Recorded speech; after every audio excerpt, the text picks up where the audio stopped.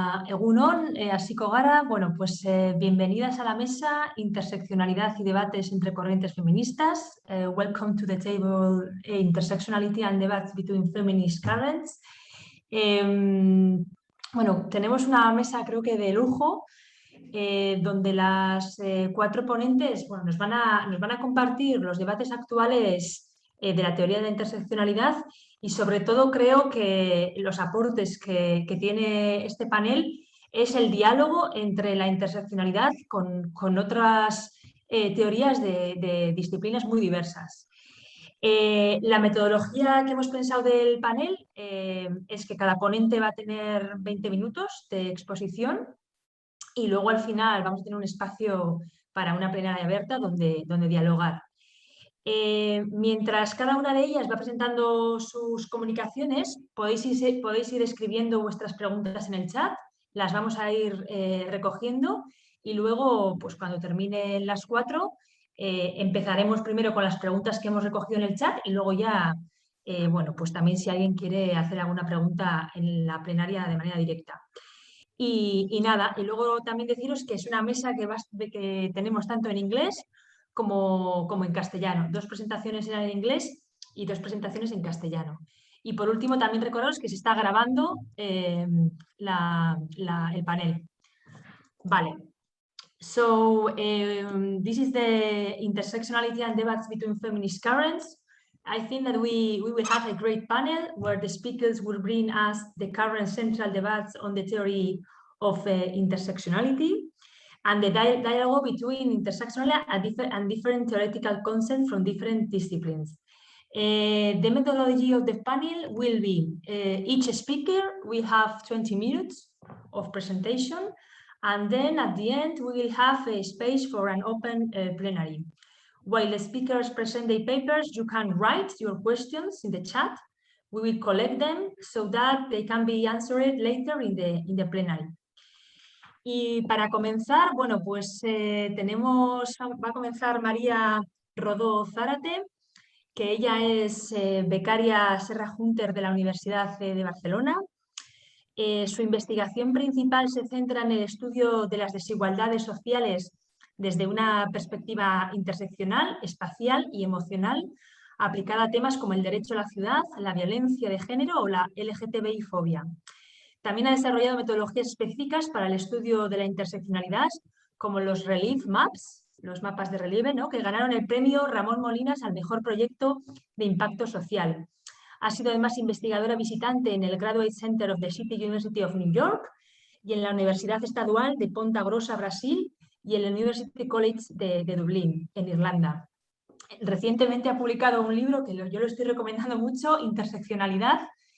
Y bueno, la ponencia que hoy nos trae es una relación, ¿no? Va a presentar una relación entre bueno, la interseccionalidad, ¿no?, y el marxismo. Cuando quieras, María. Muchas gracias. ¿Se me oye bien? Sí, sí, perfectamente. Pues egunon, buen día. Muchas gracias, Itziar, por la presentación. Bueno, estoy muy contenta de poder estar aquí en la conferencia. He podido ir siguiendo muchas de las mesas que han habido estos días y bueno, estoy pues muy contenta de poder ser parte de esta conferencia.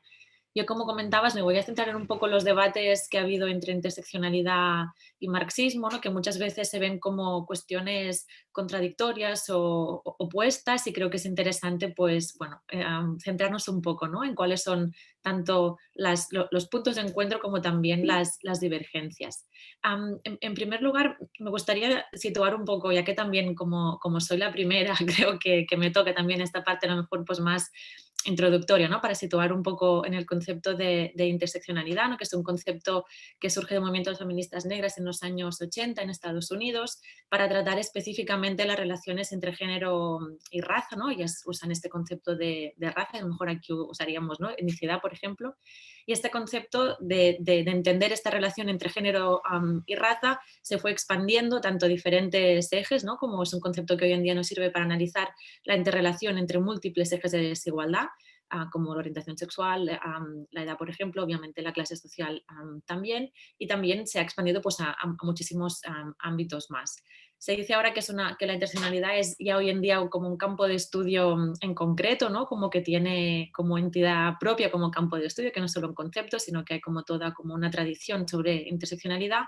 Y los argumentos principales de este concepto, que es complejo delimitarlos porque no es una teoría donde haya pues como un libro, ¿no? Como El Capital de Marx, donde poder ir, ¿no? a ver, o, bueno, o a interpretar de diferentes formas también, pero como un punto de referencia, sí que se le atribuye a Kimberly Crenshaw en unos artículos del 89 y del 91 como que acuña el concepto de interseccionalidad, pero es una tradición que viene también de mucho antes y que tiene pues muchas otras autoras, ¿no? que definen este concepto, pero que sí que algunos argumentos principales es que identifican la necesidad de tratar, de incorporar múltiples marcos para comprender la desigualdad, o sea que tenemos que entender múltiples marcos como el feminismo, como pues, el marxismo, teorías postcoloniales para comprender la desigualdad.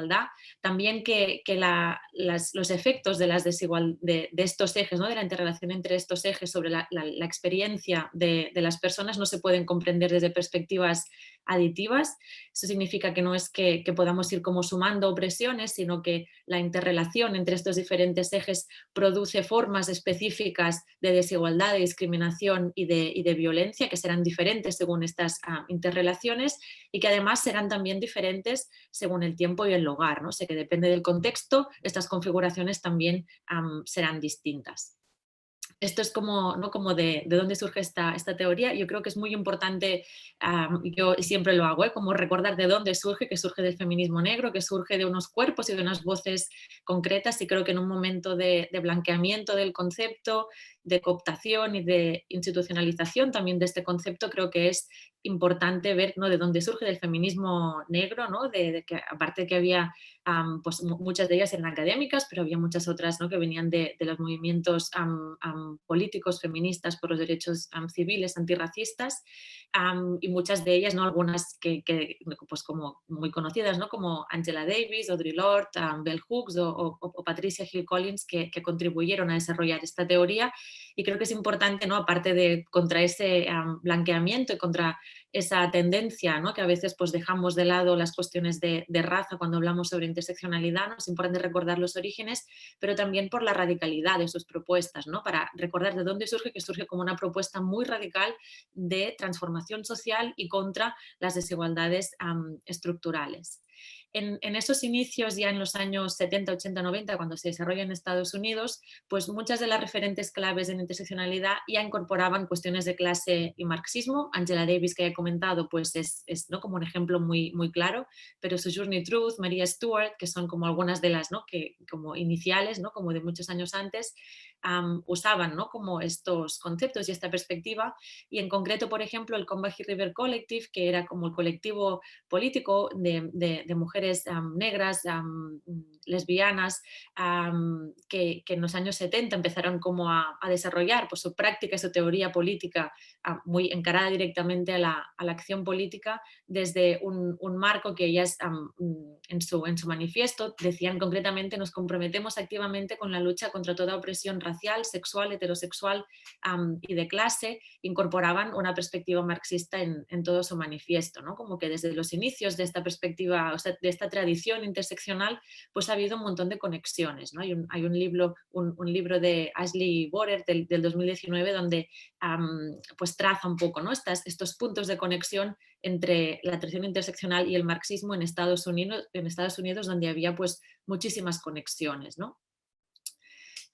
Desde una perspectiva global, a mí también me gusta cuando me sitúo yo también en la teoría de la interseccionalidad, pues mirar, ¿no? este concepto desde una perspectiva más global y ver cómo pues, en Estados Unidos esta teoría interseccional pues, surge de un grupo marginalizado como son las mujeres negras, pero si le añadimos la cuestión pues, de la hegemonía anglosajona y del imperialismo político, económico y cultural de los Estados Unidos, también vemos cómo esta teoría también ha tenido una difusión y una repercusión concreta que no han tenido otras propuestas que también pues, desarrollaban articulaciones sobre estas interrelaciones entre estos ejes, ¿no?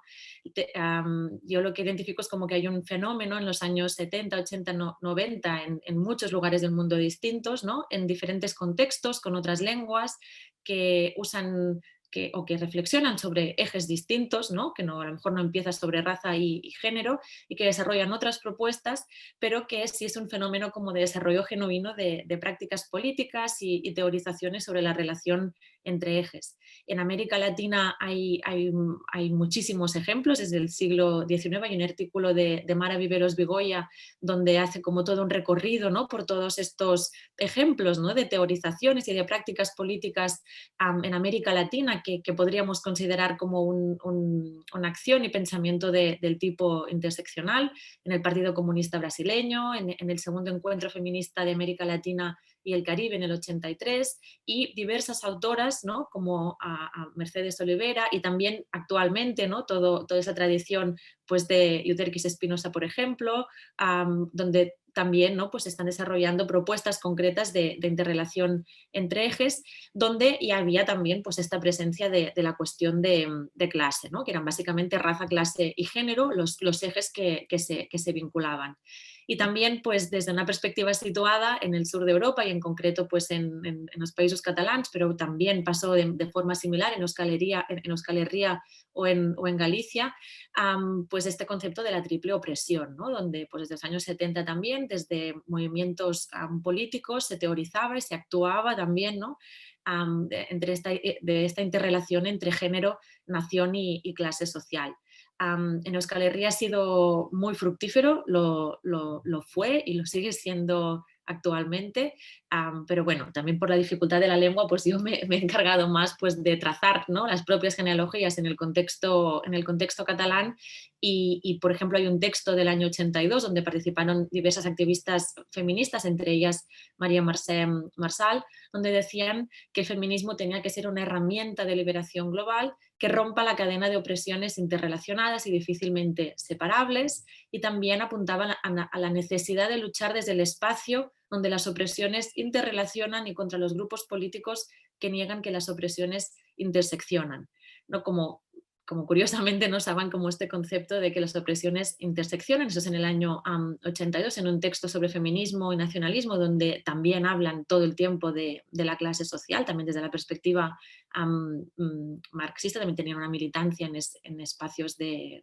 izquierdas, y creo que son como ejemplos, ¿no? De que en ese momento pues había pues todas estas teorizaciones, ¿no? Pues por parte de diversos grupos políticos. Yo creo que es interesante cuando hablamos sobre interseccionalidad mostrar esto porque nos enseña también, ¿no? La necesidad de trazar estas genealogías situadas sobre la acción y el pensamiento interseccional desde una perspectiva pues más horizontal, ¿no? Que muestre también pues esta diversidad geográfica, y también nos permite ver la necesidad de entender las configuraciones locales de la desigualdad de las dinámicas interseccionales, ¿no? Creo que hay un riesgo, un peligro en importar determinadas teorías, ¿no?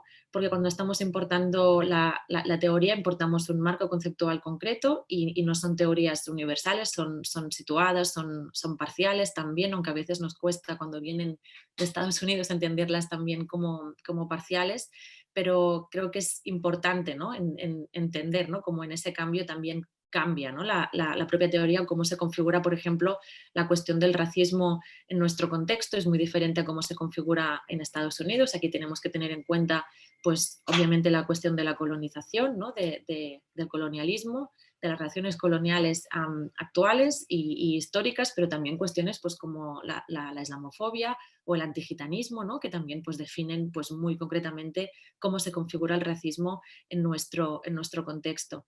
Y también para ver qué peso ha tenido la conceptualización marxista en esa tradición del tipo interseccional, ¿no? Que a lo mejor no le podemos llamar interseccionalidad, pero sí que tiene como algunas características compartidas, ¿no? Con esta teoría interseccional de Estados Unidos, y creo que es como interesante ver cómo aquí justamente esta idea de la triple opresión pues surge directamente de la relación entre temas nacionales, de género y de clase.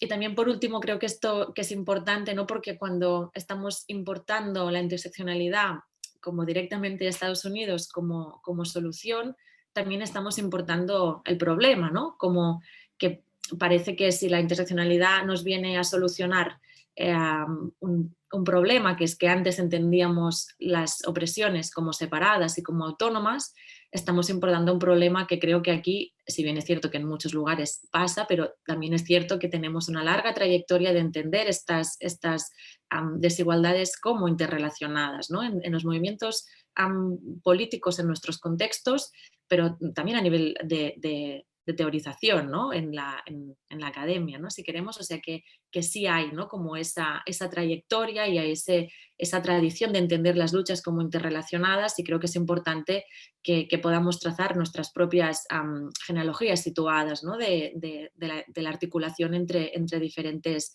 ejes, donde el tema de la clase ha sido fundamental, ¿no? en estos contextos en concreto. Sobre las críticas concretas y los disensos entre marxismo e interseccionalidad, hay una de las críticas que se hace a la interseccionalidad, ¿no? Como una de las más básicas, que es que desde el marxismo hegemónico, y aquí voy a diferenciar siempre, y hablaré como concretamente de marxismo hegemónico, marxismo feminista, como formas como distintas, ¿no? Como de separar también pues, diferentes perspectivas sobre el marxismo, diferentes formas de utilizarlo. Pero es esta idea de que la interseccionalidad es un proyecto posmoderno e identitario.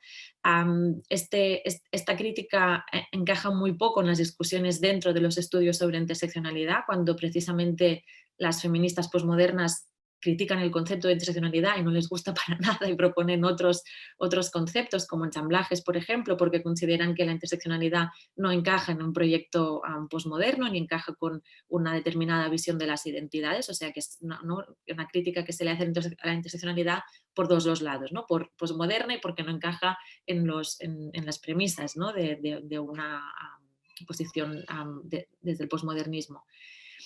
Tampoco es una propuesta que surja para hablar de identidades ni de la categorización, y con esto las autoras sobre interseccionalidad son como muy, muy claras. Kimberly Crenshaw lo dice directamente, ¿no? en sus textos. Esto no va sobre identidades, esto va sobre la experiencia de las desigualdades, va sobre los efectos que tiene la interrelación entre diferentes ejes de desigualdad en la vida de las personas, ¿no? Cómo nos afectan. Ella mira cómo afectan en el tema legal, pero cómo afectan en la discriminación, en el tipo de violencia que se sufre por estar en posiciones concretas, ¿no? Como personas en posiciones diversas sufren la discriminación y la violencia y la desigualdad de forma distinta, ¿no? De esto va la interseccionalidad, que por tanto va de ver cómo estas desigualdades estructurales, qué efectos tienen sobre personas pues, diversamente posicionadas. También hay otra cuestión, que es que esta crítica parte de esta dicotomía entre como luchas materiales y simbólicas, ¿no? Como entendiendo la interseccionalidad y el feminismo y la lucha LGTB y la lucha antirracista, ¿no? Como que se mete dentro de un mismo cajón como una lucha simbólica, identitaria. Esto, Julia Goicoechea ha hablado un montón sobre esto también, ¿no? En este último libro de Estallidos de Desarrollo, ¿no? Como esta dicotomía entre luchas materiales y simbólicas es problemática en sí misma, o sea, la dicotomía en sí misma es problemática también por liberal, ¿no? Pero más allá de eso, ¿no? de que la dicotomía en sí es problemática, pues obviamente el racismo, el sexismo, la homofobia o la transfobia producen violencia, ¿no? Procesos de desposesión y empobrecimiento, ¿no? y la muerte en muchos casos, ¿no? O sea que considerarlas como luchas no materiales también es problemático. Otra de las críticas es que la interseccionalidad no tiene en cuenta la clase social, y ha hecho como en este recorrido histórico y ha ido como apuntando a cómo la clase social ha estado muy presente en las teorizaciones sobre interseccionalidad. Actualmente hay muchas otras autoras en los estudios interseccionales en concreto, como Sara Salem o Ana Karastatis, que incluyen el marxismo y la cuestión de la clase en sus análisis, pero sí es cierto, ¿no? Y eso es una parte importante, que es cierto que la clase ha ido desapareciendo, ¿no? de las ciencias sociales en general. Yo creo que eso no es una cosa que podamos atribuir solo a la interseccionalidad, sino que es un problema pues, mucho mayor y mucho más profundo, ¿no? de la academia neoliberal, y de cómo ha desaparecido la clase como categoría analítica pues, en muchas disciplinas y en muchos ámbitos de estudio. O sea que en eso creo que hay como mucha parte de verdad, pero no creo que sea por el concepto en sí mismo, sino como por un proceso mucho más profundo. y yéndome, ¿no? Intentando entender la interseccionalidad también desde una perspectiva un poco más amplia, o sea, no de personas que usan el concepto de interseccionalidad y que se podrían inscribir en estos estudios sobre interseccionalidad, ¿no? Sino entendiendo la interseccionalidad también desde una perspectiva más amplia de interrelación entre diferentes ejes de desigualdad, pues creo que en esta conferencia ha habido pues múltiples, ¿no? Muchísimas voces que han mostrado pues cómo la clase se tiene en cuenta en análisis, ¿no? de interrelación entre ejes. Y el tercer 5 punto, minutitos, sí, María. ya termino. El tercer punto es otra crítica, ¿no? Que es que para la interseccionalidad la clase no es una estructura fundamental. Yo creo que ahí sí hay un punto de divergencia, ¿no? Para el marxismo hegemónico sí se ha entendido tradicionalmente que la clase es la estructura fundamental de la que se derivan las otras desigualdades. También este marxismo hegemónico se ha focalizado en las relaciones de trabajo y ¿no? en el mundo productivo y en las cuestiones económicas, y también entendiendo la clase social pues muchas veces como, y el individuo en general, ¿no? Desde una perspectiva como blanco masculino, ¿no? Desde una perspectiva eurocéntrica, urbana, capacitista, adulta, ¿no? Y por tanto como muy parcial.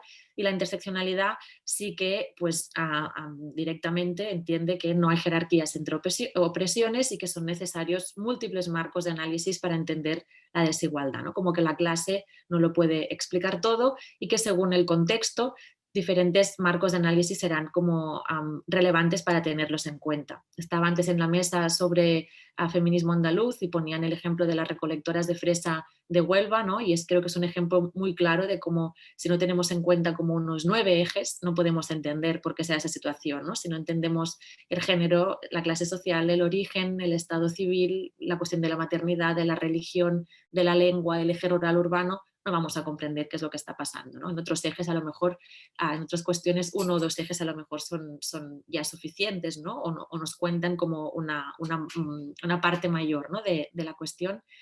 Y ya para terminar como puntos finales, creo que en esta cuestión de marxismo e interseccionalidad es muy importante el establecimiento de puentes, ¿no? Entre estas dos tradiciones. Creo que el feminismo marxista es un elemento central, ¿no? Para ejercer de puente, ¿no? Para poder establecer estos diferentes puentes. Creo que es lo que está mejor situado, ¿no? Como para poder hacer ese trabajo. Creo que es importante incorporar otros marcos de análisis en el marxismo, y también en la interseccionalidad creo que es importante que tenga una mayor presencia y profundidad, que tengan mayor presencia y profundidad los análisis de clase y del capitalismo, ¿no? Que sí es verdad que muchas veces pues, se priorizan, ¿no? También otros ejes en el análisis. Y por último, creo que es importante en estos debates superar la lógica de la competición entre ejes, ¿no? Creo que es teóricamente inviable, ¿no? Que eje es más importante que otro a nivel teórico, ¿no? Es que es más explicativo, pero es más explicativo para quién, para qué, ¿no? Para qué fenómenos es más explicativo, para explicar qué cosas, ¿no? Y políticamente esta lógica de la competición también me parece como muy destructora, ¿no? Es un obstáculo para la creación de alianzas. También se establece como una jerarquía del dolor, ¿no? Como yo sufro más que tú, bueno, sufres más que yo, pero eso no significa que mi dolor no sea también relevante o que no tengamos que luchar, ¿no? Contra las estructuras que me provocan ese sufrimiento. Y también siguiendo a las feministas negras como Audre Lorde, que decía que luchar contra un eje de desigualdad contribuye a destruir la base común de todas las desigualdades, y que en cambio menospreciar un eje contribuye a reforzar la base común sobre la que se sustentan todas. Y creo también para terminar que es importante dejar siempre la puerta abierta a nuevos ejes, ¿no? Que la incorporación de unos ejes no minimiza la importancia de los ejes ya existentes, sino que nos ayuda a comprenderlo mejor, ¿no? Ayer escuchaba a Elsa Dorlin, por ejemplo, ¿no? Y es claro cómo, incluyendo cuestiones vinculadas con el colonialismo, con el género, se entiende mejor el surgimiento del capitalismo, de los estados modernos, es decir, como la incorporación de ejes no es que haga menos importantes los que ya teníamos o con los que ya contábamos, sino que nos ayuda a comprenderlos mejor. Y hasta aquí, muchas gracias. Es que ricasco, María. Muchísimas gracias. Te has ajustado además al tiempo. Y además, gracias porque nos has hecho una introducción al tema que creo que era necesario. We will continue with Despina Paraskeva Veloduyani. I think I say it well. She is the PhD candidate of the School of Economics and Political Science in the Department of Political Science and Public Administration in the University of Athens. And she is an activist and member of the 8 March Feminist Assembly in Greece. Bueno, Despina, ¿no? Despina Paraskeva Veloduyani.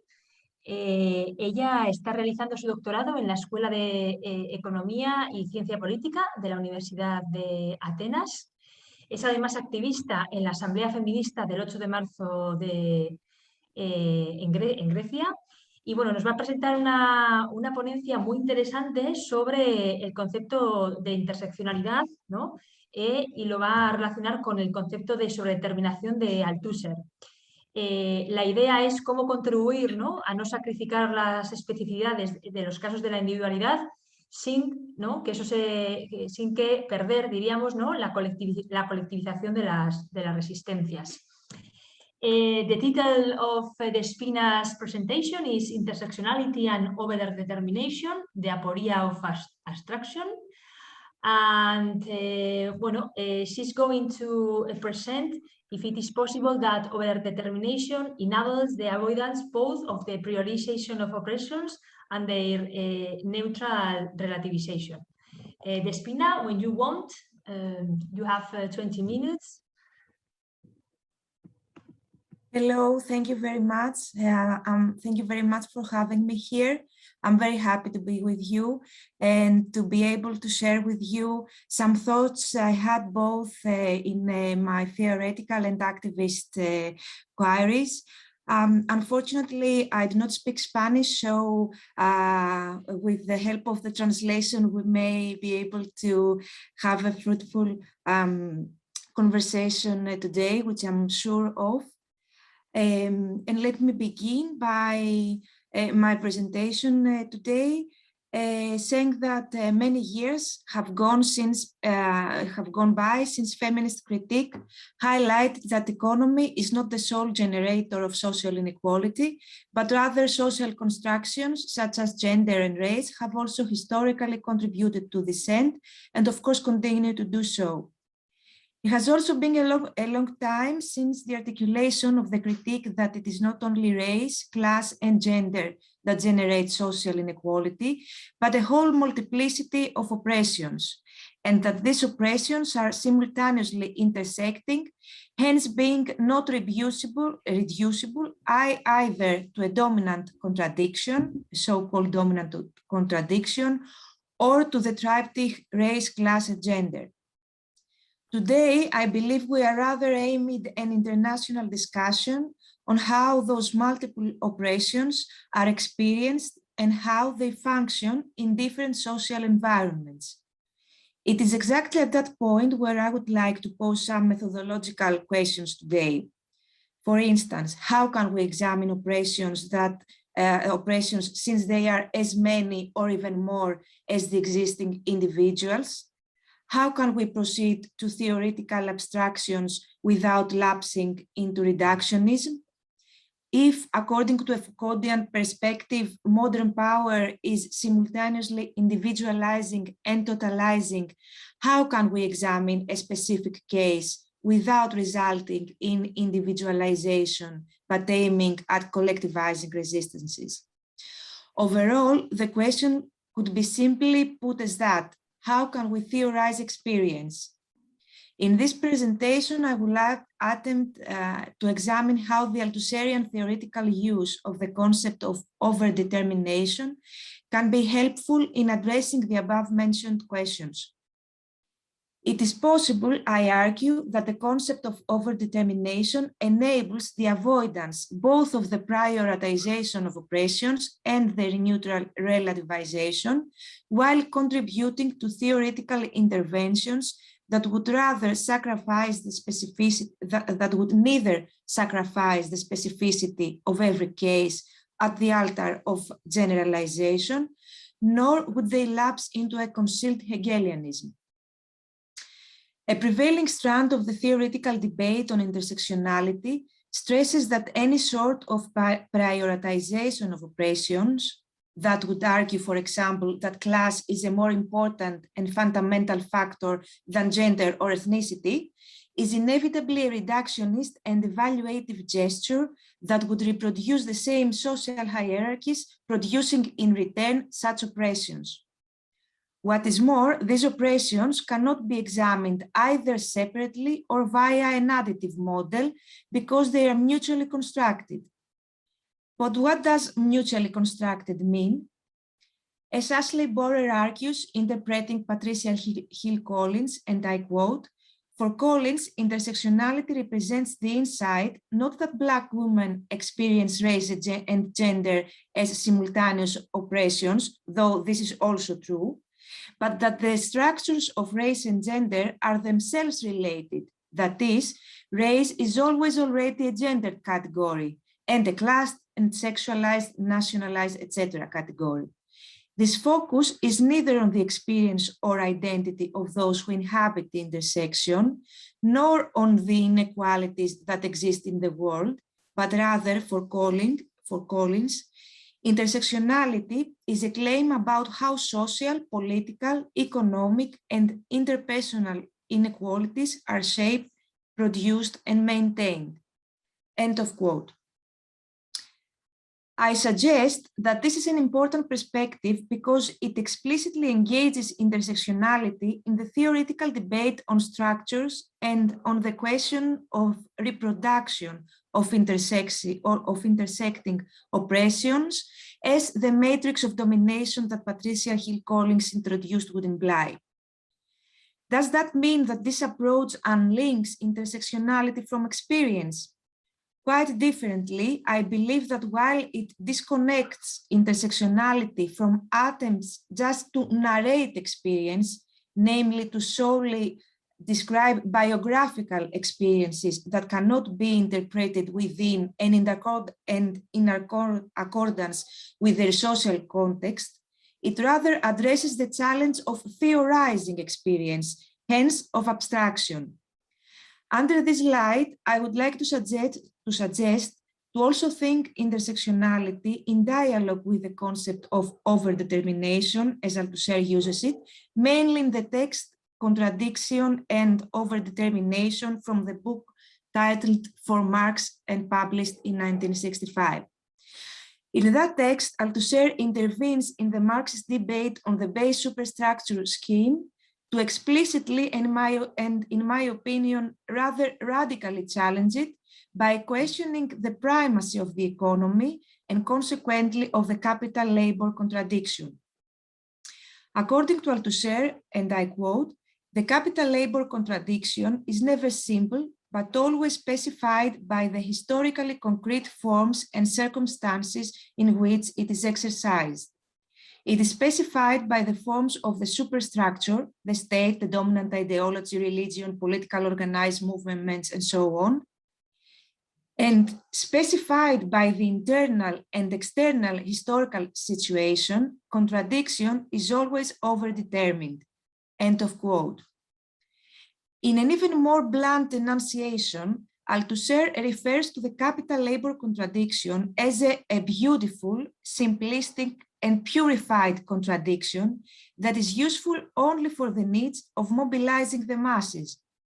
By introducing the concept of overdetermination, Althusser stresses that there is no such thing as a pure form of capital-labor contradiction. The contradiction is always already realized in its complex and differentiated results, which in turn means that in every specific conjuncture, the contradiction has to be interpreted within its historically and socially specific context, within the specific results of the class struggle at the current moment. Overdetermination does not simply signify a concern of historically detecting the primal contradiction, though. It rather suggests that in different conjunctures, different determinants are likely to prevail due to the different level of the development of the class struggle. Thus, those determinants do not stand as root or primal causes, but as a snapshot of the current balance of power. As Gibson Graham states, and I quote again, overdetermination enables us to read the causality that is capitalism as coexisting with an infinity of other determinants, none of which can definitely be said to be less or more significant, while repositioning capitalism is itself as an effect. Via the ontologic of overdetermination, every identity is reconceived as uncentered, as in process and transition, as having no essence to which it will tend or revert. Every event is constituted by all the conditions existing in that moment. End of quote. In this respect, we could argue that capitalist mode of exploitation that surplus value brought along adapted with already existing oppressions, transformed them, and generated new ones, thus shaping the modern social relations in industrialized social formations. In this view, exploitation is simultaneously determining and determined, manifested differently in every different locus of the complex social web. Please let me now return to intersectionality and the concept of mutual construction. I mentioned before that oppressions are always already intersected in the sense that every oppression gains and shapes its meaning and function via every other oppression with which it inseparably coexists. Like economy or the capital-labor contradiction, no oppression can be found in its pure form. It is always already realized within the infinity of determinants at work in every social condition. Mutual construction does not suggest that we are unable to name the oppressions we experience because they are inseparably merged, thus never can be found alone in a supposedly pure form. It means, though, that if we challenge an oppression, we potentially simultaneously challenge every other aspect of oppression we are in. For example, feminist struggles for the termination of femicides simultaneously challenge the gender division of labor within households based on the ideology of the attribution of the public civic space to white males and of the private sphere to women. This, in turn, potentially challenges in specific environments also religion identities that may deepen such division and so forth. This domino kind of effect illustrates the concept of mutual construction as suggesting a whole complex system comprised of elements operating as a web. And since in this system we have not recognized any oppression as causally prevalent, such a perspective is in essence different, in fact, the exact opposite, from the perspective suggesting that all oppressions will be magically dissolved if the prevalent contradiction is solved. However, this perspective is not the only one for approaching the concept of mutual construction that intersectionality suggests. As Ashley Borer argues, and I quote, intersectionality is both an account of power and a critique of power. It is not a neutral, disinterested account of that power. Rather, it is also a critique of the way that power operates. It is thus both descriptive and normative, end of quote. In this respect, it would be interesting, in my view, if we now shifted our focus on intersectionality as an interpretive methodology to intersectionality as a political strategy. We can now recall the proposal of Angela Davis to rethink intersectionality from the standpoint of the struggles, not only from the point of theorizing bodies and experiences. Because it is the very instant of a struggle that intersectionality can be seen as a moment of a radical identity of differentiation, the moment that Judith Butler would describe as the collective chant, "We the people." We the people are a collective body of individuals, tentatively grouped not as a product of a reduction to an imaginary common essence, but as an active, as an agent coalition of different and differently articulated oppressions. What brought us together? The coalition of different and differently articulated oppressions is formed on the quest of a jointly emancipatory demand that is also quite specific most of the times. See, for example, the demand for increasing salaries or the visibility struggles of the LGBT community or the environmental demonstrations and so forth.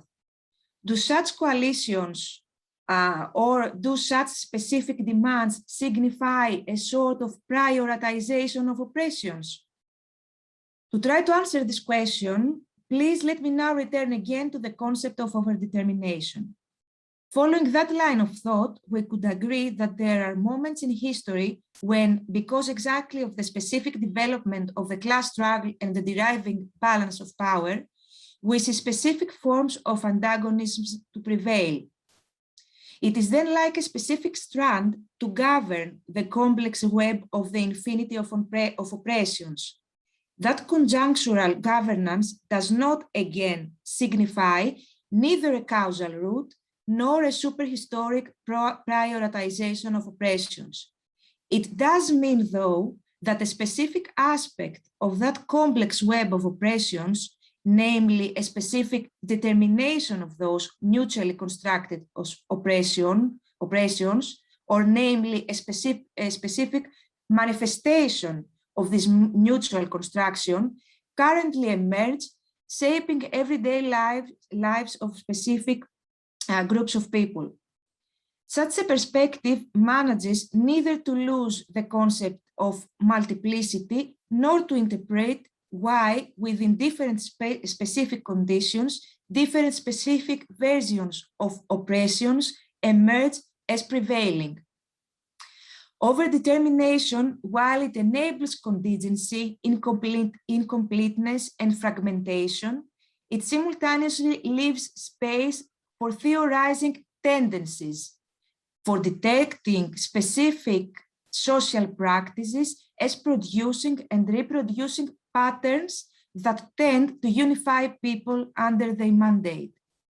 It is through this lens that I would like to suggest approaching overdetermination as the very moment of the intervention of politics in theory, the moment when the current specificity is addressed within the context of and simultaneously as a decentering of social reproduction.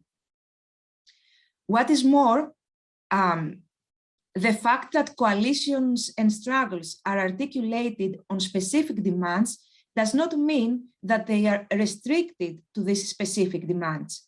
On the contrary, the moment of the struggle activates, either on the background or on the forefront, the whole complex web of intersecting oppressions. To illustrate that, I would like to refer to a Greek example. The case of Zach Kostopoulos, an LGBTQI activist beaten to death in 2018, activated the whole LGBTI community and other human rights activists who demonstrated for the attribution of justice and for holding those responsible for Zach's death accountable.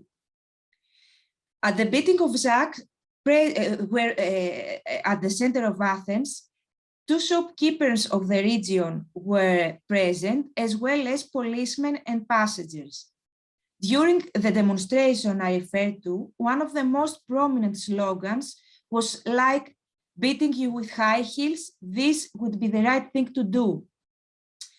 This slogan, addressing all those supported the 2 white male shopkeepers that beat Zach, stating that they tried to protect their property from Zach, who supposedly intruded to steal, directly challenges the prevailing ideology both of the primacy of property over human life and of the primacy of only those lives addressing the prevailing patriarchal standards. And at the same time, it also gives visibility to queer and drag aesthetics. As I suggested in the beginning of this presentation, my aim is to detect a way through which we could avoid homogenizing and essentializing identities or social positions, and at the same time, a way that we could approach specificity in the perspective of collectivizing resistances, vis-a-vis the modes of modern power that are simultaneously individualizing and totalizing, as Foucault suggested. In this respect, 5 minutes left. In this respect, I try to approach intersectionality as emerging at the border of theory and the activist strategy under the light of the concept of overdetermination depicted as the moment of politics in theory. I regard this as an ongoing and very rich debate and would be really happy to further elaborate on that either within our discussion or our future struggles. That's all from me. Thank you very much for hearing me. Okay, thank you very much, Despina. I think that it has been very interesting. And vamos a pasar ahora a Cintia. Vale, nuestra tercera ponente es Cintia Martínez, a la que, bueno, especialmente le voy a agradecer su participación porque, bueno, hasta el último momento, ¿verdad? Ella también va a participar en otro panel y bueno, pues también finalmente se animó a participar en este, así que gracias, Cintia, por el esfuerzo. Cintia Martínez Velasco, ella obtuvo la beca postdoctoral Andrew Mellon en teoría crítica latinoamericana en la Universidad de Northwestern en Pensilvania en el año 2019-2020. Ella es doctora en filosofía por la Universidad Nacional Autónoma de México, donde también tiene ahí una licenciatura y una maestría en filosofía. Participa en la Junta Directiva de la Asociación Internacional de Mujeres Filósofas desde el 2018 y imparte el curso Debates Filosóficos en el Feminismo desde el 2017 en la UNAM. Y los temas principales de su investigación son la ontología del sexo y el género, la filosofía feminista y la filosofía decolonial. Bueno, Cintia nos trae en su presentación notas para entender, ¿no? The Colonial Patriarchal Producer of Merchandise, nos trae precisamente la importancia, ¿no?, de hablar de la dimensión patriarcal del capitalismo, pero también, ¿no?, de tener en cuenta la dimensión colonial. Para ello lo que hace es poner en diálogo la contribución de la teoría decolonial latinoamericana, es decir, el sistema colonial moderno de género, con el patriarcado productor de mercancías de Roswitha Scholz. Ya me dirás si lo he dicho bien. Nada, pues cuando quieras, Cintia, tienes 20 minutos, te escuchamos. Muchas gracias, ¿me escuchan bien? Sí, genial.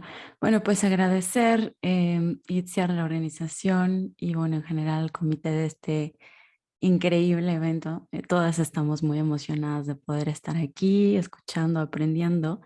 Y bueno, pues María y Despina, gracias. Nos dejaron pensando un montón. Qué participaciones tan interesantes. Bueno, pues yo me disculpo, voy a leer mi presentación que justamente muy bien Itziar la sintetizó.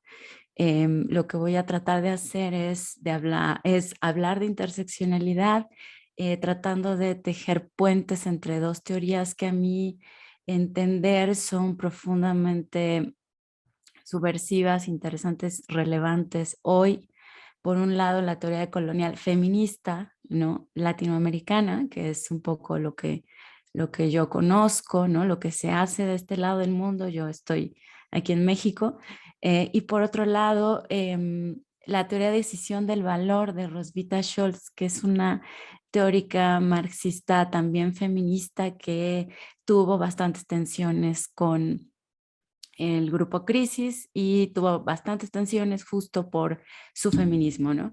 Entonces, bueno, comienzo. El presente texto busca contribuir a esa búsqueda dentro del debate latinoamericano y en especial dentro del debate feminista transnacional, siguiendo el enfoque expuesto por Chandra Mohanty, y aquí la cito: mi enfoque es lo que he decidido llamar la práctica transnacional del feminismo anticapitalista y las posibilidades, o de hecho la necesidad de solidaridad y activismo feminista internacional en contra del capitalismo.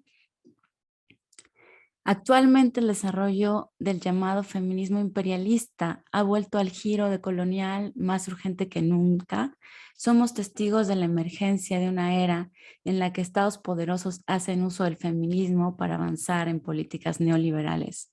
En las anteriores prácticas resuenan las viejas estrategias colonialistas usadas para justificar invasiones territoriales sobre pretexto de modernización. El imperialismo feminista ostenta un falso consenso liberador, el cual es impuesto a las mujeres del sur global. Ante esto propongo tener presentes las palabras de Mahmoud, quien invita a cambiar la profunda incapacidad del pensamiento político feminista liberal para percibir formas de florecimiento humano más allá de los límites del imaginario progresista liberal. Con eso se trata de evidenciar que este feminismo imperial, además de ser ejecutado por actores estatales y transnacionales, se lleva a cabo mediante estrategias epistémicas que ignoran la agencia feminista local. En tanto estrategias epistémicas me refiero a la incapacidad de reconocer las múltiples lógicas particulares de los diversos feminismos.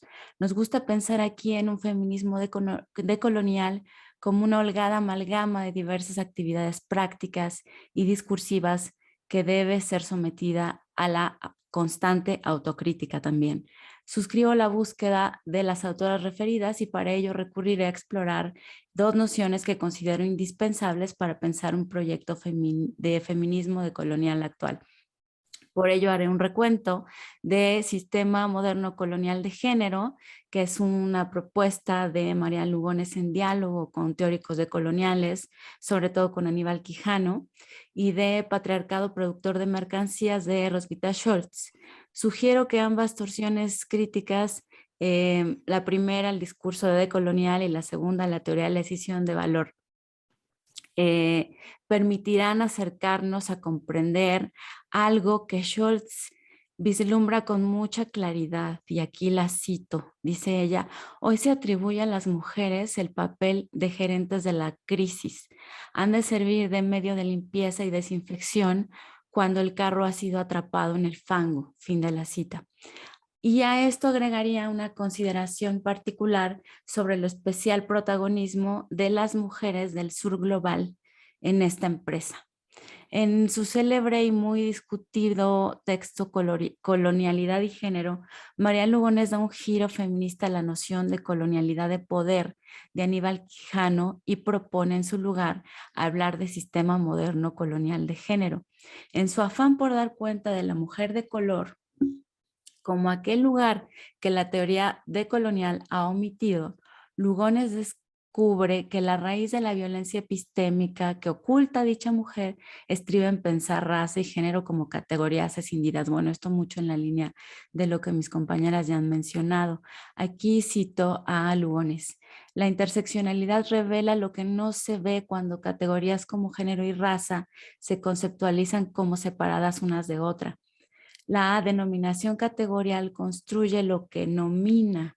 Las feministas de color nos hemos movido conceptualmente hacia un análisis que enfatiza la intersección de las categorías, porque las categorías como tal invisibilizan a quienes somos dominadas y victimizadas bajo la categoría mujer y bajo la categoría de black o de negritud, ¿no? Género y raza, dice ella, han sido pensadas aisladamente, por ello no es suficiente si queremos dar cuenta de esas actoras cuya subalternidad participa de más de uno de estos categoriales. Por ello la propuesta del autor es pensar en categorial en lugar de categoría. La razón es que el término categorial, en palabras de la autora, remite a la relación entre dos o más cosas que simplemente no existen separadas.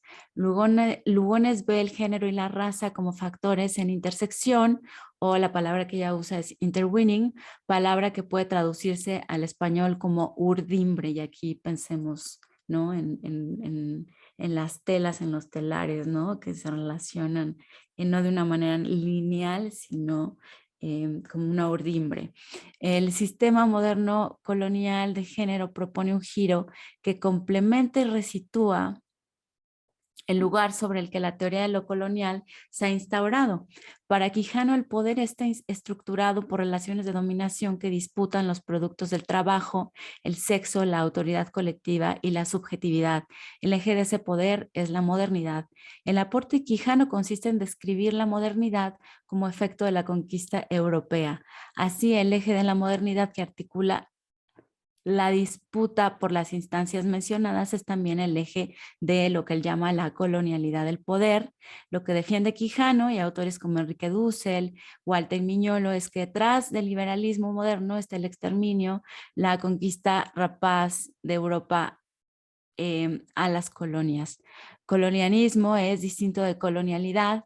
La colonialidad está presente hasta hoy, a diferencia del colonialismo, porque el colonialismo se superó con los procesos de independencia de las colonias que tuvieron lugar en los siglos XIX y XX. No obstante, lo que diversos teóricos decoloniales enfatizan es que la colonialidad perdura en la configuración del poder actual. Es un legado del colonialismo. En este sentido, Quijano nombró al poder, además de capitalista y global, eurocéntrico. Aquí me estoy un poco saltando varias de las citas. Si a alguien le interesa, le comparto sin problema el texto. Uno de los frentes desde los que Lugones cuestionará a Quijano será el del concepto del dimorfismo biológico con el que el peruano trata el tema del sexo y al cual considera uno de los 4 elementos disputados por el poder colonial. Sin embargo, el sociólogo parte de una naturalización en la que hay una división clara y distinta entre hombre y mujer y estos tienen funciones heteronormadas propias de una familia burguesa. Mediante un recuento de los trabajos de autoras como Paula Gunn Allen y Oyegumi y otras antropólogas, Lugones muestra la intersexualidad y el lugar social de las prácticas sexuales no heterosexuales entre nativos americanos, yorubas, mayas, nahuas, etcétera, grupos en los que la división sexual no operaba como lo hizo después de la conquista.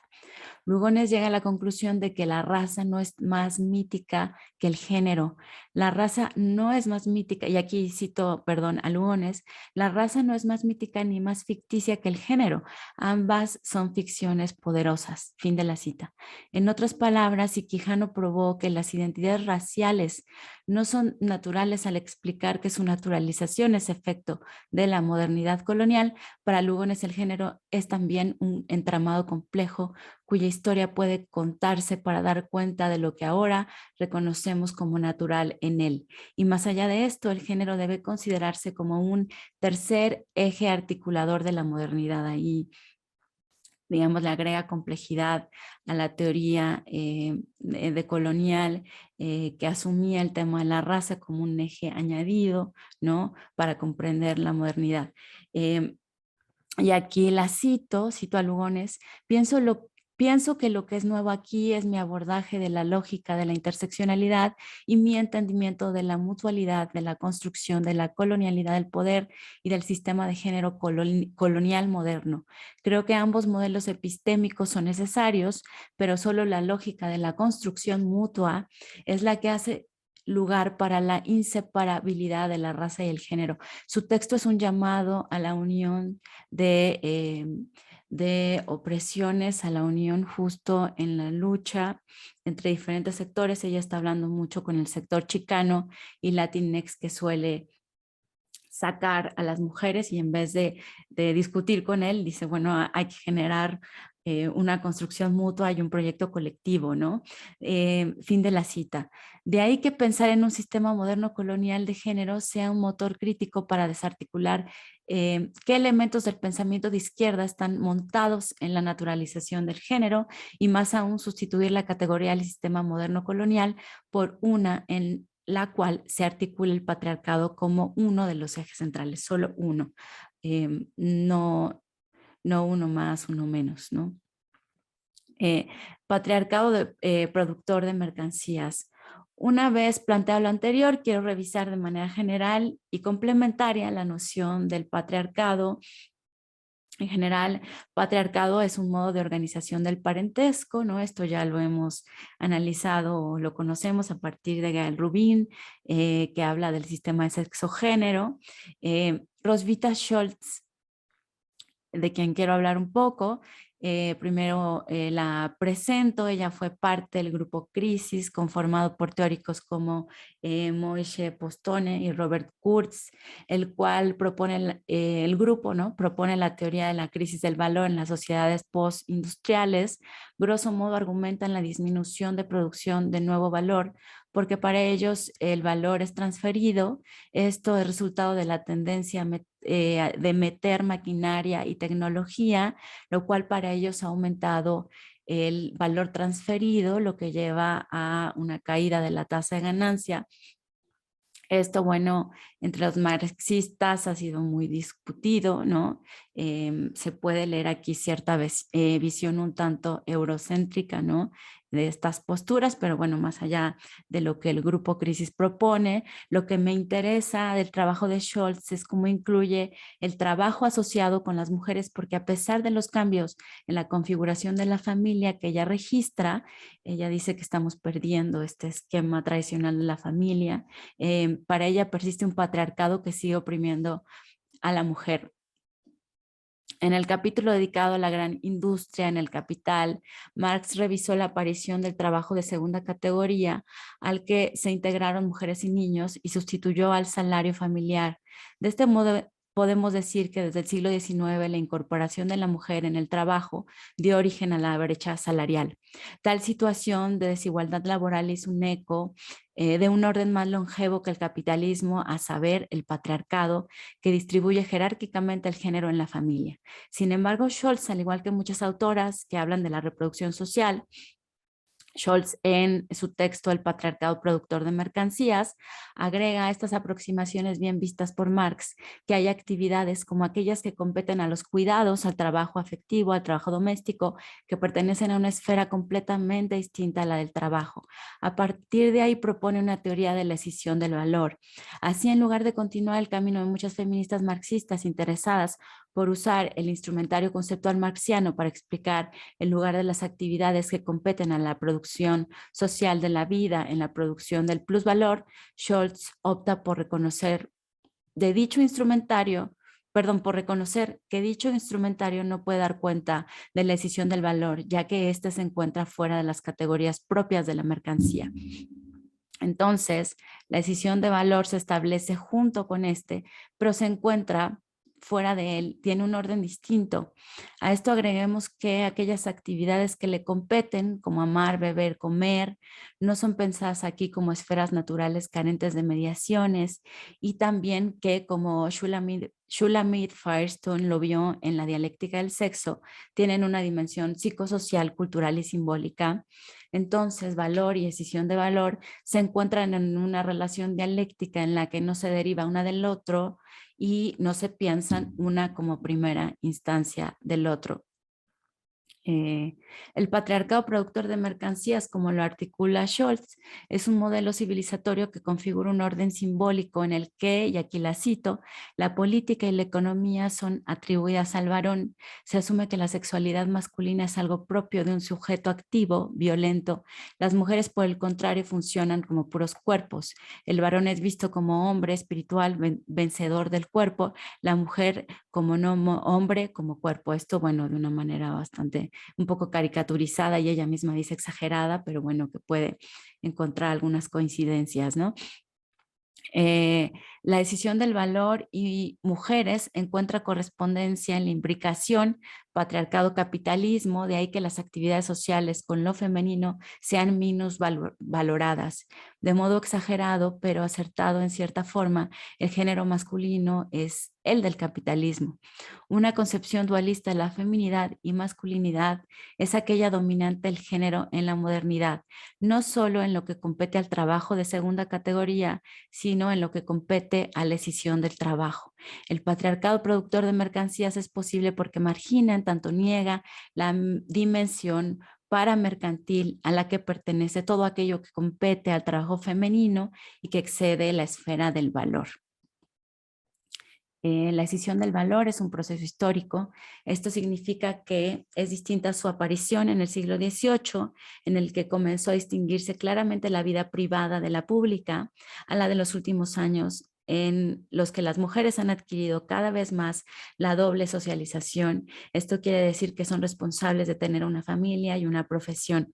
Para comprender esto no basta con decir que las mujeres han adquirido sin más el papel de los hombres al tener una profesión, ni que ellas sin más ahora son jefas de familia. La jerarquía de género no ha desaparecido, más bien ha adquirido otra dimensión en la que sigue operante en lo fundamental, lo que podemos ver en el aumento de la explotación de las mujeres jefas de familia bajo la actual crisis. El trabajo que deben realizar las mujeres. 5 minutos. Gracias. Para llegar a posiciones sociales masculinas es mayor, ya que su desempeño carga con la herencia que creó la división entre vida pública y vida privada, y con la jerarquía de género que reconoce como inferior aquello que compete a la decisión de valor. Solo así nos explicamos en parte por qué la liberación femenina no fue lo que se esperaba y en su lugar ha estado acompañada por un embrutecimiento salvaje del patriarcado. Para concluir, intentaré conectar esto último con todo lo antes referido, porque así como Scholz deja ver que la situación actual que celebra la liberación femenina no deja de conservar lógicas patriarcales, el sistema moderno colonial de género reconoce que las divisiones nacionales y las diferencias raciales no son obsoletas, y hoy nos toca considerar su reconfiguración en momentos de la globalización neoliberal. Esto se ha dicho mucho antes. Mi invitación es a pensar en ello en momentos actuales. Un estudio con un enfoque decolonial sobre esto que Scholz bien nombra patriarcado productor de mercancías, nos acercaría, creo, a comprender cómo los países periféricos se integran a la producción del valor. Quizás sea tiempo de volver a una teoría de la dependencia formulada hace décadas atrás por teóricos latinoamericanos como Teotonio dos Santos, André Gunder Frank, Mauro Marini, etcétera, pero con el género no como un enfoque. A mí no me gusta pensar en perspectiva o enfoque de género, pues considero que se cuela ahí la posibilidad de pensarlo como un agregado o un apéndice. Pienso en el proyecto de integrar el género como un elemento en la ontología no solo del valor, sino de todo aquello que se da por sentado en teorías marxistas y decoloniales. Lo femenino presente en la médula de la lógica neoliberal actual. Y bueno, creo que ya con esto concluyo. Tenía más notas, pero bueno, un parrafito más y ya concluyo. Para concluir, considero que pensar en el patriarcado con el adjetivo de colonial puede ayudar a comprender nuestro alarmante presente. Sugiero también presentar estas lógicas de la mano de un feminismo que a su vez fagocite del marxismo la conciencia de la explotación.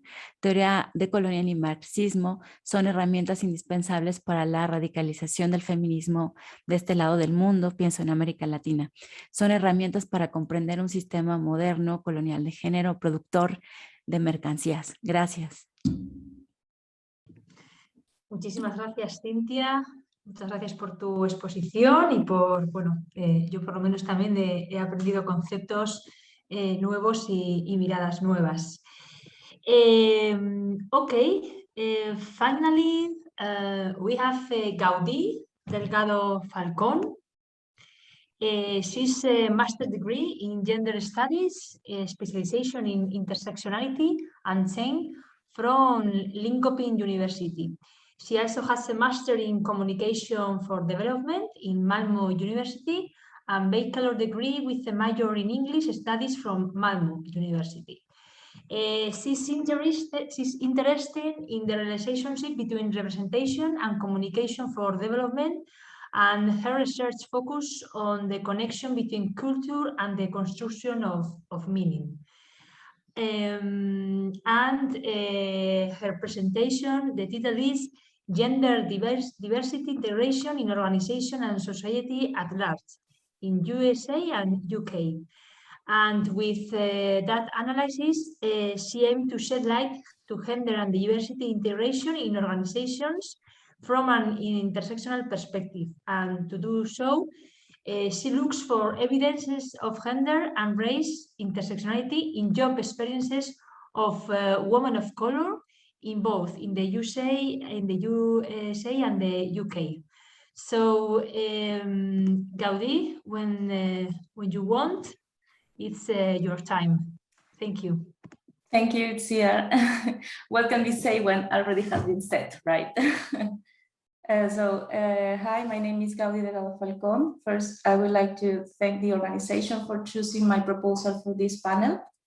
Actually, before I sent my proposal for the panel on intersectionality and feminist currents, coincidentally, I finished reading for the second time Caliban and the Witch by Silvia Federici. So as mine is an interdisciplinary approach, my research focuses on the intersection between gender, race, and other systems of oppression, knowing that Federici, Lorena Cabnal, Nancy Fraser, and Titi Bhattacharya would join, so motivated me to participate. This is a great opportunity to discuss social issues such as social reproduction, women's rights, and the crisis of care from an intersectional perspective. I think these topics are very interesting and relevant in the present moment. I had the chance to explore them during my training in communication for development, gender studies, and literature.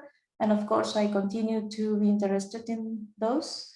And now that the pandemic has undermined women and girls' fundamental rights are even more relevant.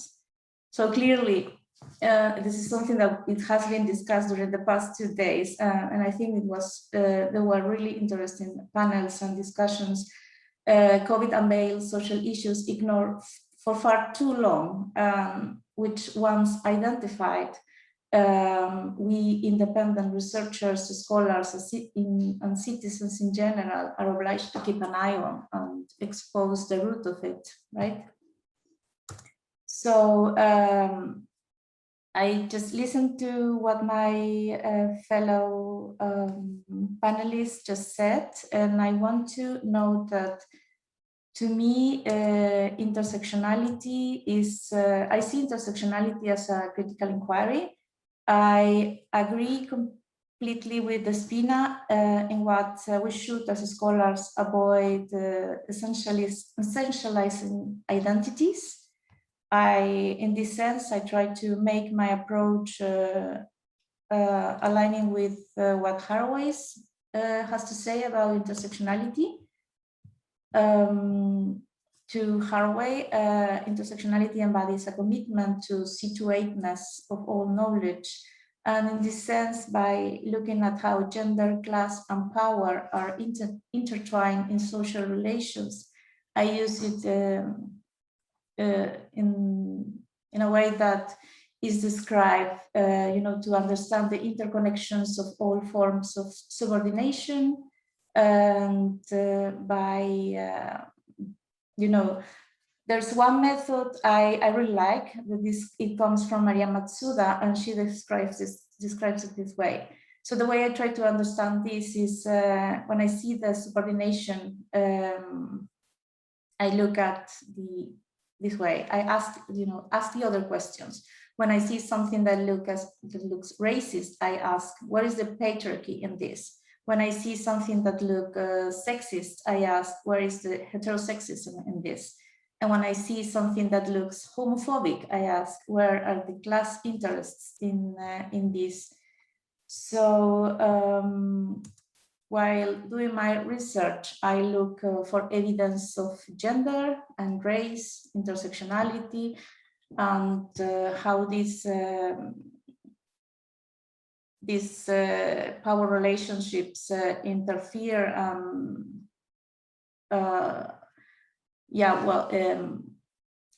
Makes the different experience, you see, based on race, versus based on ethnicity, age, and class.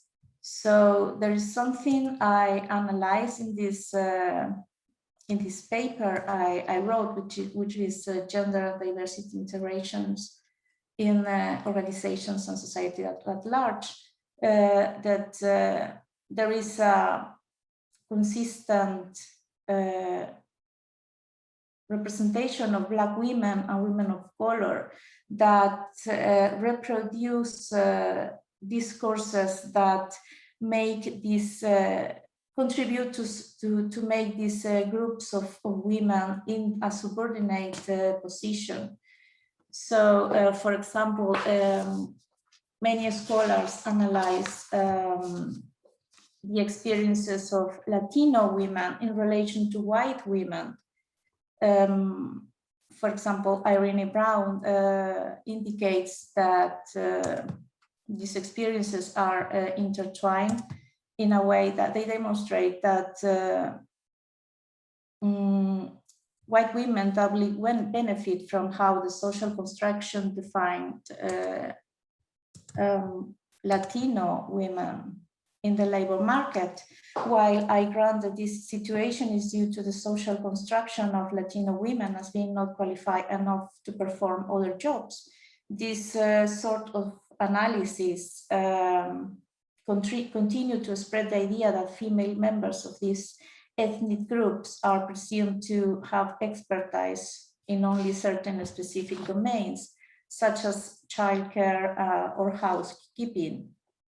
Thus, the tendency of high-paying households to take advantage of this job racialization by hiring Latino women and paying them low wages. And this is an example from the US.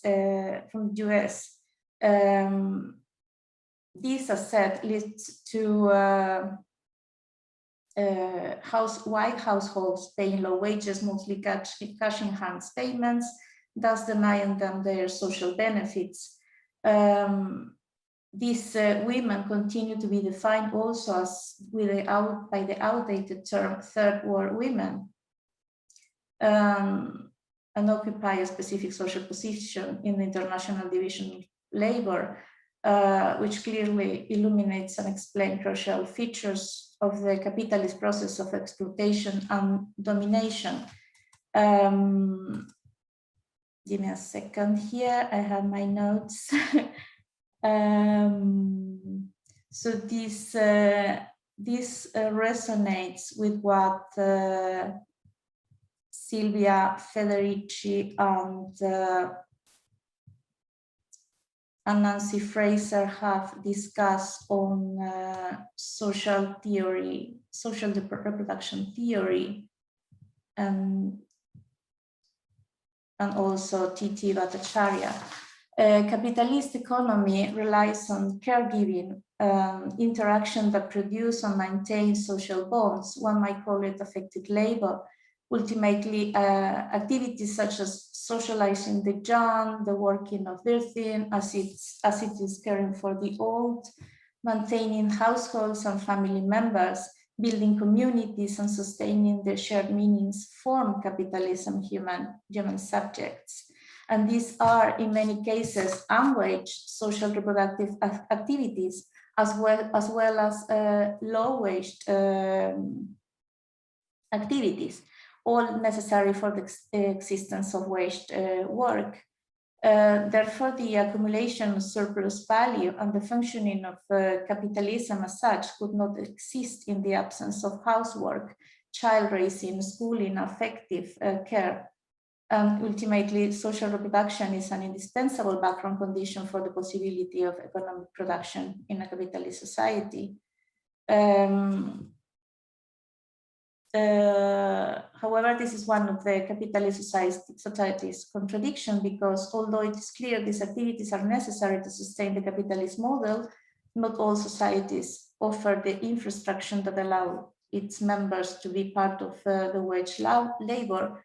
So we have, on the one hand, this group of people based on their ethnicity that are being hired to do these caring activities with lower wages, and this has been analyzed. This is what I found in my research. What I see is that there is this continuation of the representation of these groups that, as I said, that help to perpetuate these ideas that certain groups of women must do this job, and they are actually gaining less, permitting households to maintain their or pursue careers, for example. This mostly happens in society where this infrastructure is not given. So one could raise a few questions like, when I see a society that it's permitting their families to grow economically, it's because some distribution has been made. There is access to daycare, so women and families can pursue their careers, can study, can work, and if not, then these racialized positions are enforced. Like women, for example, from the global south occupying these positions, and so on. So questions that can be raised are: where is this a reality? Where capitalist society is permitting these families to grow economically by giving this infrastructure? Is it tax funded? And why ignoring these models, these economical models? Do we look for these projects in the global north, or where in the global south? How our country is making it possible for families to grow economically? As we already know, one reason to this crisis is that capitalist societies historically have separated the work of social reproduction from that of the economic production, associating the first with women and the second with men. So this regime of accumulation clearly has affected women economically and in other obvious aspects. So my point here is that, as Federici asserts, that one cannot understand any social phenomenon unless one identifies the social forces that shape their development and the social historical context in which they emerged. In this sense, I agree with Federici's argument, because to raise awareness about the importance of looking at history from women's perspective is essential to understand our present circumstances. So in the US labor market, for instance, the dominant culture has traditionally constructed Black femininity with images that reinforce racial divisions and denigrate Black women, as well as Caribbean, as Latino women, as I just mentioned. So what I try to explain is this: in these works I analyze, although they shed light upon the issue that the workforce is racialized and the race is gender, their analysis do not raise awareness about the importance of reconstructing the history from these groups' perspectives. Also, my findings indicates that women of color are stereotyped in different ways that leads to discrimination. These studies show that racism is a women issue,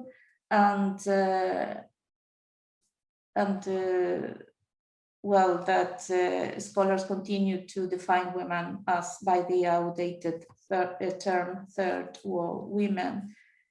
So things won't change if a fixed social construction of a certain group prevails. Better to choose an approach that shed light upon how women of colors, whatever their origin, continue to occupy a specific social position in an international division of labor, which could illuminate and explain crucial features of the capitalist processes of exploitation and domination. Thus, it's crucial to recognize the importance of examining the intersection of multiple forms of discrimination, including the root causes from a gender perspective. So to conclude, there is a gap we must fill with this knowledge, necessity to comprehend what women have faced historically and continue to face as Black women, women of color, in a white dominated societies, and what implications these have in every aspect of our lives. And well, finally, scholarly works that shed light on the development of an intersectional gender and race perspective regarding women of colors are relevant, of course, in several ways to create this necessary theory and ground for change. And most importantly, we should look for a way to move knowledge out of the academy to make all citizens participants of change using different mediums that I would like to discuss if there are any questions about that. So that's me. I think I tried to explain a bit about the findings I encountered in my research. There are many things to look at. Intersectionality definitely is a form of critical inquiry. I will use it. I've been using it in my analysis, because I'm very concerned about how these social relations intertwine, and how race, gender, and class interfere in our lives in general. So thank you for the opportunity and the chance to participate. Thank you. Thank you, Gaudí. Thank you for your presentation. Bueno, no sé si nadie quiere comenzar. Si no, yo tengo algunas cuestiones que lanzaros. Voy a decirlo en castellano y luego en inglés para que Despina y Gaudí también puedan entender. Bueno, a mí todo el rato cuando os oía, ¿no? me venía continuamente, ¿no? En esto de cómo también, no solamente cómo entender la interseccionalidad, ¿no? Sino cómo poner a dialogar diferentes corrientes teóricas con la interseccionalidad. Me venía pues, el concepto, bueno, un concepto fundamental, ¿no? que habéis ido nombrando, como es el tema del contexto, ¿no? Bueno, desde hace algún tiempo, ¿no? Yo también que vengo trabajando el tema de la interseccionalidad, hablamos cada vez más de empezar a hablar de una interseccionalidad situada, ¿no? Y mi pregunta era un poco, ¿no? si hablar, ¿no? en ese intento, ¿no? de cuáles pueden ser los aportes de la interseccionalidad, si una mirada situada de la misma, de la interseccionalidad, pues puede ayudar a superar la lógica de la competición, ¿no? que ha sido nombrada varias veces, o la lógica del dolor, que me gusta mucho, que la ha nombrado también María, ¿no? que también nos genera como muchas imposibilidades, ¿no? de articularnos, ¿no? Porque claro, decimos que todos los ejes son relevantes teóricamente, pero luego en la práctica, incluso emocionalmente, yo tengo la sensación de que no lo vivimos así, ¿no?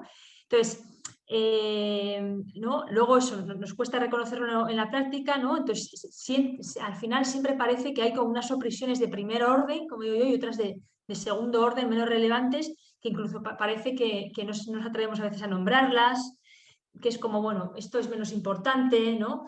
Entonces, y que creo que además que no tienen tanto reconocimiento. ¿Y qué pasa con esas opresiones que son como mucho más localizadas, ¿no? Por tanto, la pregunta que os quería lanzar, que vamos, que no es para resolverla aquí, ¿no? Pero ¿cómo llevar a la práctica una interseccionalidad situada que no borre las diferencias, ¿no?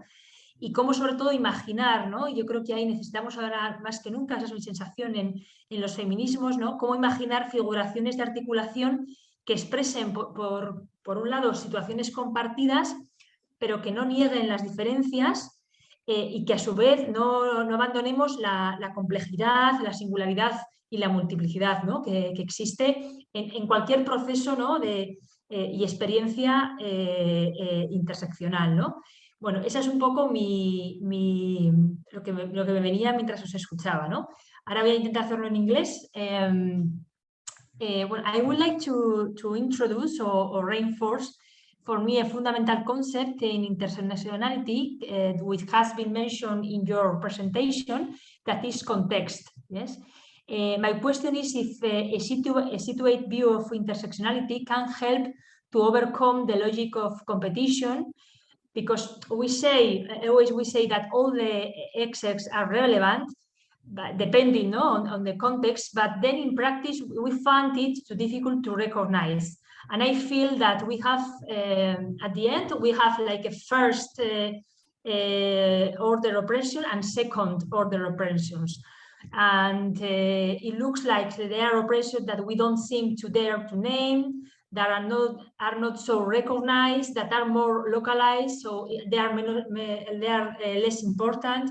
So my questions, I think is a very open question, yes, is how to put in practice a situated intersectionality that doesn't erase the difference, and how to imagine figuration of articulation that express shared situations, but without denying the difference and without abandoning the complexity, the singularity, and the existing multiplicity.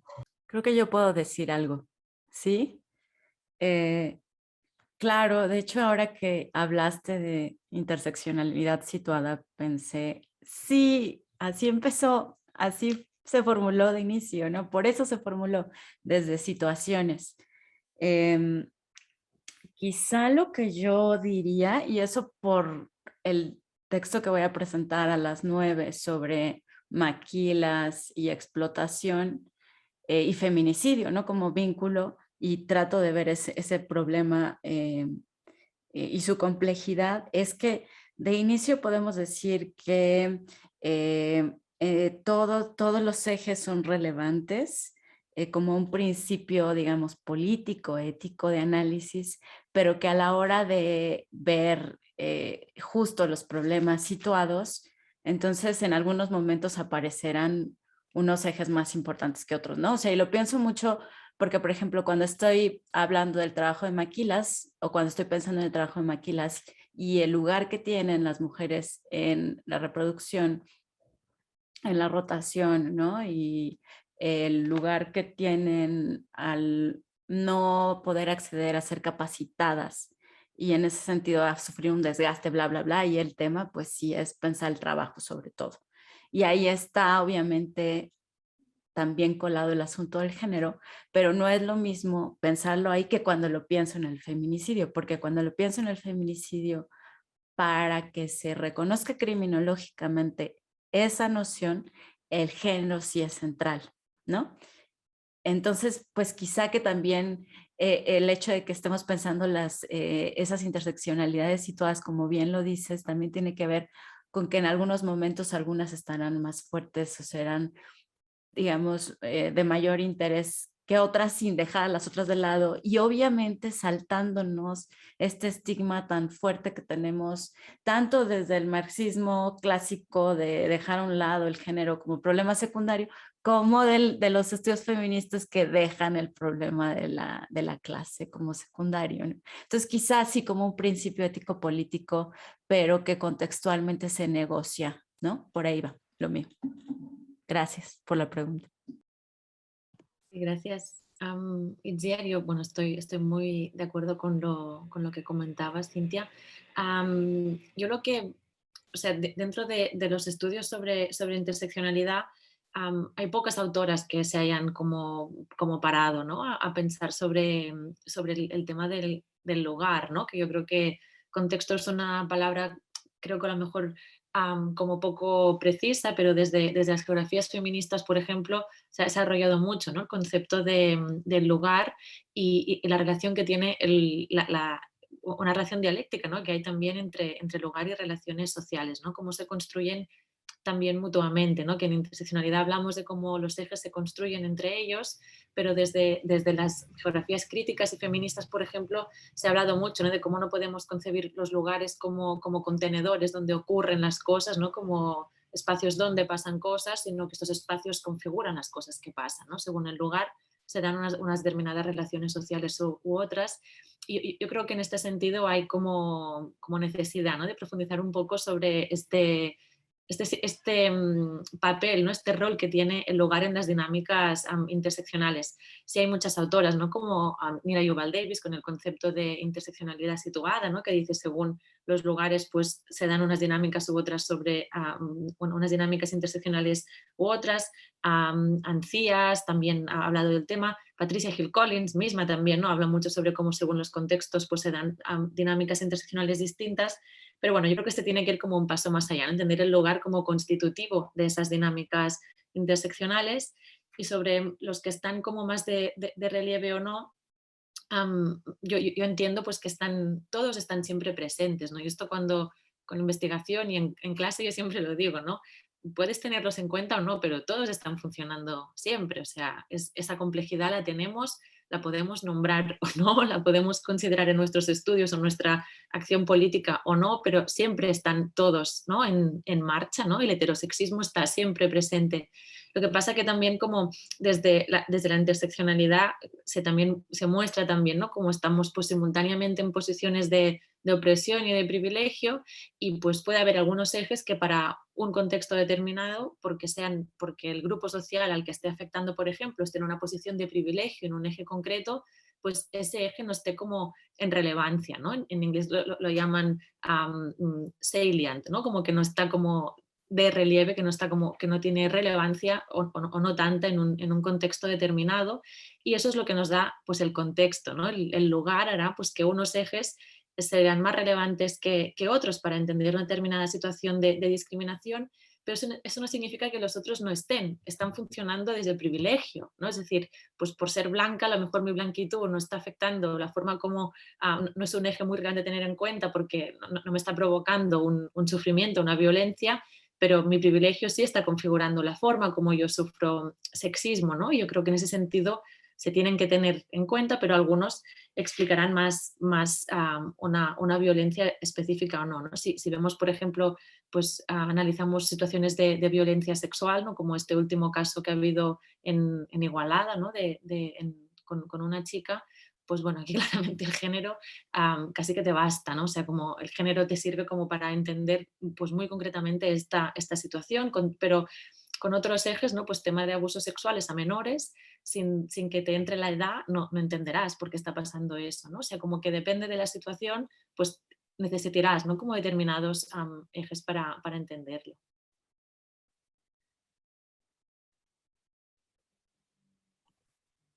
Muchas gracias, María. Creo que Despina tiene problemas para oírnos y vuelve a entrar. Creo que tenemos una pregunta en el chat. ¿Cuál es vuestro punto de vista de la variante anarcofeminista en la interseccionalidad feminista?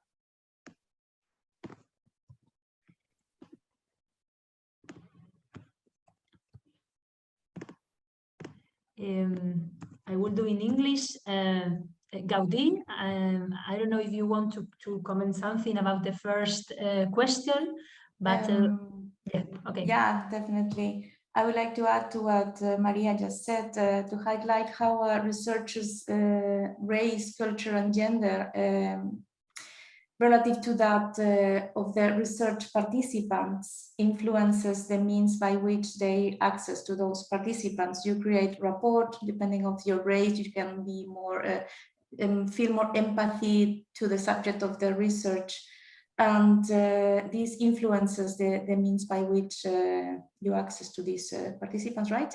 So in my case, for example, as a Peruvian born, and I'm referring to how I position myself in the research I do, the research I perform as a Peruvian born woman. I believe that my perspective is enriched by my experience of living in many countries, including Spain, Hong Kong, Denmark, and Sweden. And by analyzing testimonies of women in the texts I study, I recognize that in some cases, like for example, when I look at the Me Too movement, I was part of what I was studying, and that my awareness of the problem of sexual harassment makes a difference to how I understand the problem. So I believe that feminist research can not only we are talking about research made by women, can serve the interests of women definitely and contribute to an understanding of gender relations and elucidate the processes through which knowledge is constructed via research. And yeah, that's what I wanted to add to what Maria just said. Okay, so we have a question in the chat, and it was, what is your view of the anarcho-feminist variant of feminist intersectionality? ¿Cuál es vuestro punto de vista de la variante anarcofeminista en la interseccionalidad feminista? No sé si alguien quiere contestar primero. Sí. Despina, you are here? Yes? Yes, I'm here, but Zoom tells me that it has stopped my video and I cannot start it again, but I can hear you clearly. Okay. I don't know if you want to say something about the question that I Yeah. Okay. I would like to comment, to share some thoughts on the question you posed before. Great.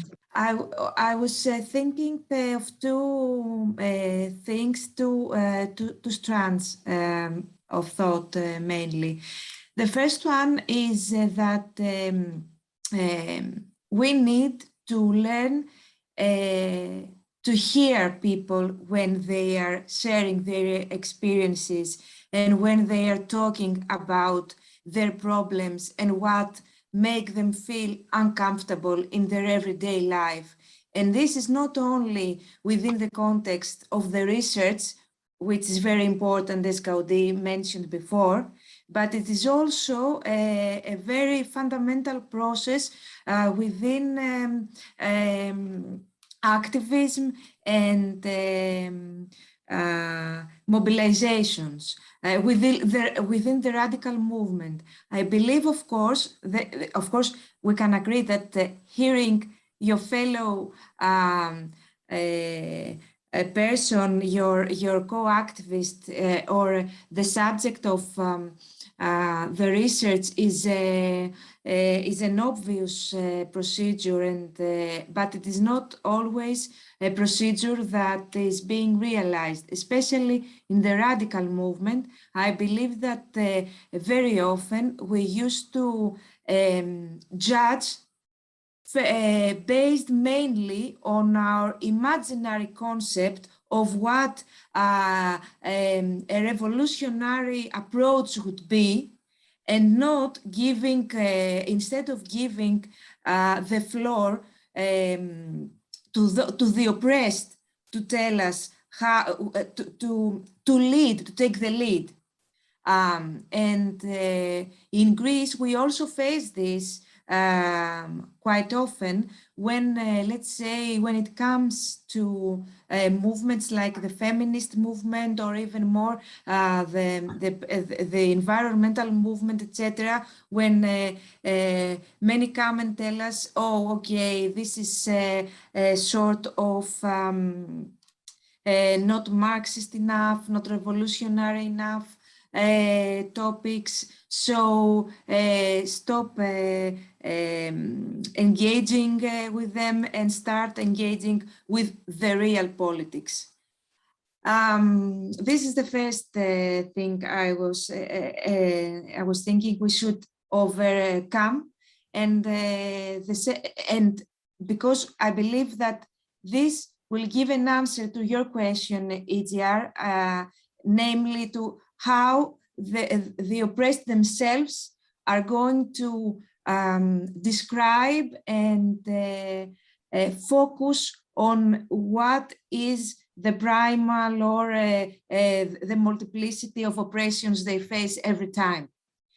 The other one is, the other strand of thought is that that to enable the oppressed we as oppressed also to talk is we need to make a safe space. We need more feminist politics. We need more feminist movement and organization that can enable us to talk more, to write more and to express more ourselves, to be the authors, to be the writers of our experiences.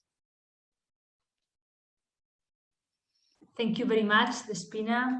I am agree with you. I think that we need a space to talk more and even more to hear more each other.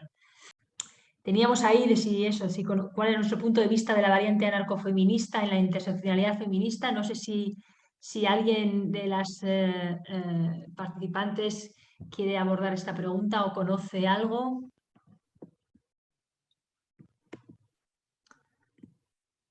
Yo sobre esta pregunta realmente no lo conozco mucho, pero creo que la interseccionalidad puede acoger como perspectivas muy diferentes sobre las desigualdades y hasta sobre el poder, ¿no? Y obviamente sobre las agendas políticas. O sea que yo entiendo que un punto de vista narcofeminista pues podría encajar con la interseccionalidad entendida de una forma concreta, ¿no? Pero quería comentar un poco sobre lo que decía Despina, ¿no? Que me parece muy interesante, ¿no? Como que creo que la interseccionalidad nos puede dar como algunas herramientas, ¿no? para hablar y para escucharnos, ¿no? Desde otra forma que creo que nos está costando, ¿no? Y que hoy en día también con todo este diálogo que estamos entablando desde las redes sociales muchas veces, ¿no? Que se simplifica demasiado. Yo creo que es interesante, ¿no? Con esto que comentaba de la herida interseccional, ¿no? De cómo pues muchas veces cuando se nos identifica como privilegiadas en algún eje, pues tendimos a reaccionar pues con agresividad, ¿no? Con una cierta resistencia porque nos sentimos atacadas y porque sentimos que nuestra opresión, que nuestro sufrimiento causado por otro eje no está siendo reconocido, y muchas veces lo que hacemos es no reconocer el sufrimiento de otro por otro eje. Y creo que la interseccionalidad nos puede dar pues herramientas, ¿no? para pensar sobre eso, para pensar que podemos estar a la vez en posiciones de opresión y de privilegio, y esa necesidad, ¿no? de poder reconocer el dolor de otro sin entrar en esas jerarquías, ¿no? De si el mío es más importante que el tuyo o más intenso o menos, que creo que eso no nos lleva como a ninguna parte, y que ese sufrimiento tendría que poder ser pues el puente hacia la empatía y hacia las alianzas y las solidaridades, y no como un atrincheramiento, ¿no? Entre quien sufre el mismo dolor que yo, que es más importante que el de los otros. Pues al contrario, ¿no? Utilizar ese sufrimiento que compartido, ¿no? Aunque venga por diferentes ejes, para construir esas alianzas que creo que hoy en día son más necesarias que nunca, ¿no? O bueno, siempre lo han sido, pero creo que ahora son muy necesarias también. Muchísimas gracias, María. Yo totalmente de acuerdo. No sé si hay alguna otra pregunta o igual podemos ir como cerrando la mesa. Yo también creo que la interseccionalidad, ¿no? es una bueno, pues nunca mejor dicho, ¿no? Una perspectiva que nos puede dar muchas nuevas herramientas para hablar y entendernos, ¿no? de otras formas. Sí que creo que a veces, ¿no? Como que aplicamos, ¿no? O no llegamos a entender bien, ¿no? Verdaderamente, ¿no? Cuál es el objetivo, ¿no? O todo lo que puede aportarnos la interseccionalidad, ¿no? Y seguimos cayendo a veces, ¿no? Como en compartimentos, ¿no? Yo algo que también creo que has nombrado tú, la importancia, ¿no? O todos los aportes que tiene la interseccionalidad para romper los dualismos, ¿no? Yo creo que ahí, bueno, pues tenemos muchísimo por explorar, ¿no? Entonces, en ese sentido, ¿no? Más que un salvavidas, ¿no? La interseccionalidad quizás sea todavía ¿no? una herramienta para seguir preguntándonos y sobre todo para seguir complejizando, ¿no? la realidad que tenemos. Así que me quedo con la última frase que nos ha comentado María, ¿no? Cómo el sufrimiento puede ser, ¿no? el puente que nos hace, ¿no? hacia alianzas, ¿no? hacia articulaciones. Y nada, si os parece, nos despedimos aquí, que bueno, todavía queda hoy a la tarde, todavía queda la conferencia, que sigamos disfrutando. Thank you very much for everybody. Thank you very much to Maria, Despina, Cynthia, Gaudí. I think it has been very, very interesting, your presentation. And we hope to meet each other in the next future. Muchas gracias. Thank you very much. It was very nice today with you. Thank you. Thank you all. Bye. Bye. Bye.